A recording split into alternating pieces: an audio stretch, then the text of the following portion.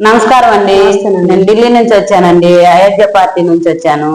మీ అధ్యక్షుడు గారు లేరా అండి? లేరండి, కుంభమేళకి వెళ్ళారు. హిందూ మత ప్రచారం కోసం దేశమంతా తిరగటానికి వెళ్ళారు. మళ్ళీ ఎప్పుడు వస్తారండి? మిమ్మల్ని కృపా గారితో కలపమని చెప్పారండి. వెళ్దాం రండి. ఓకేనండి. నమస్తే మేడం. జయశ్రీ గారు ఢిల్లీ నుంచి వచ్చారు, అయోధ్య పార్టీ నుంచి. నమస్తే అమ్మా.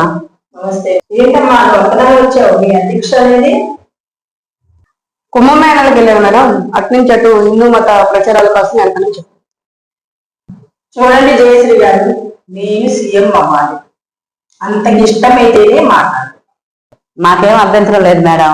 మాకెన్ని సీట్లు ఇస్తారు? చూడండమ్మా, మన రాష్ట్రంలో 150 సీట్లు ఉన్నాయి. 140 మీరు తీసుకుంటాం. మీ ఇద్దరు సేవలు భరిస్తా. అదేంటి మేడం, 160 కదా పదేసిన అంటున్నారు. మరి ఎన్ని కావాలమ్మా మీకు? కనీసం ఒక 50 అయినా. నీ సంగతి ఏంటమ్మా మరి? మా అధ్యక్షుల వారిని కనుక్కొని చెప్తాను మేడం. సీట్ల సంగతి పక్కన పెట్టండి అమ్మా. మీరు ఎలక్షన్ లో గెలవటానికి అమలు చేయలేని హామీలు ఇచ్చారు.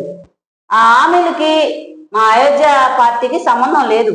చూడమ్మా, మనం ఎలక్షన్ లో గెలవాలంటే హామీలు ఇవ్వాలి, తప్పదు. నీకెందుకు అవండి?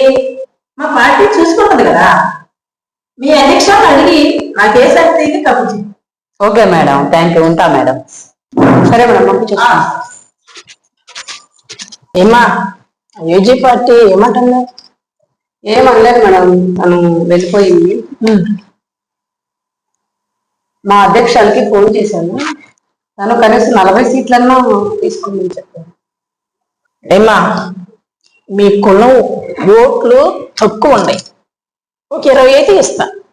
సరే మేడం, ఫోన్ చేసుకొని చెప్తాను.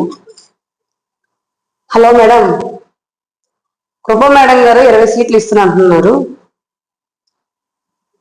అయోధ్య పార్టీకి వేస్తే 10 సీట్లు ఇస్తున్నారు మేడం. 25 సీట్లు అయితే ఓకే చెప్పమన్నాను మేడం.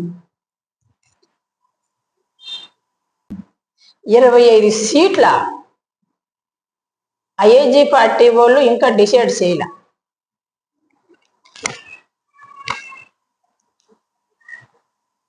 నేను ఆలోచించుకొని చెప్తానమ్మా. ఓకే మేడం, సరే.